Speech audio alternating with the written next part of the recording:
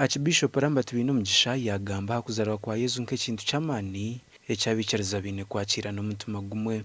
Tukuzire nka Kristo kumwakire ahora amwakirira hona tubere ngabo abivangeli kugambaho abakozi bo munsi abizirashaha bashayishatu abantu bakuzasha mukaga abantu bakuzasha ikinemwe kungabona bakabana emberemwe.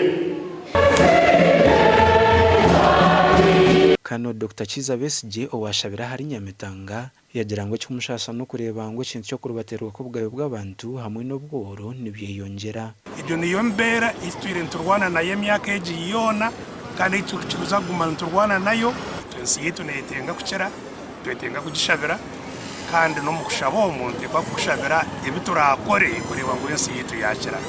Ebyo butegeki twino kongera gutekateka no kutamwe pinduka no kwetaho impinduka tukataho urugo amazima tukihaho iby'abantu kubura tukihaho ibyo kubona bonesa abantu batuvuye mu bihome tutakumanywa tukagarraho inkore ya demokarasi. Nibatengera amagara maronji nibatengera amagara gosinje kandi bwa rukundo mu mirimo yetu na no makabiti.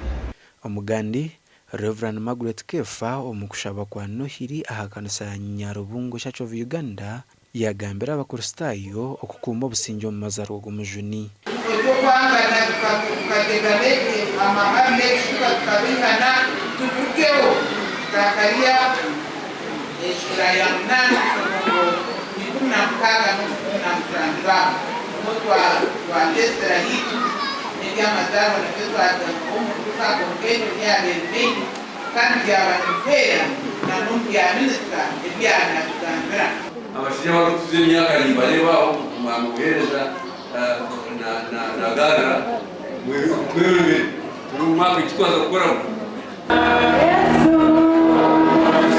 Minister Bright Rwemirama yahabura abanyayuganda okukoresa program za government nka PDM mu kwetungura sentezo muzikozeseye ebyentunguka mutakazi twari umarwa n'umbakazi no mbitine mugasho sentezo nezo kutungura amakaganyu zo kureta tentation muka no kurenga umwatunga by'ukurya.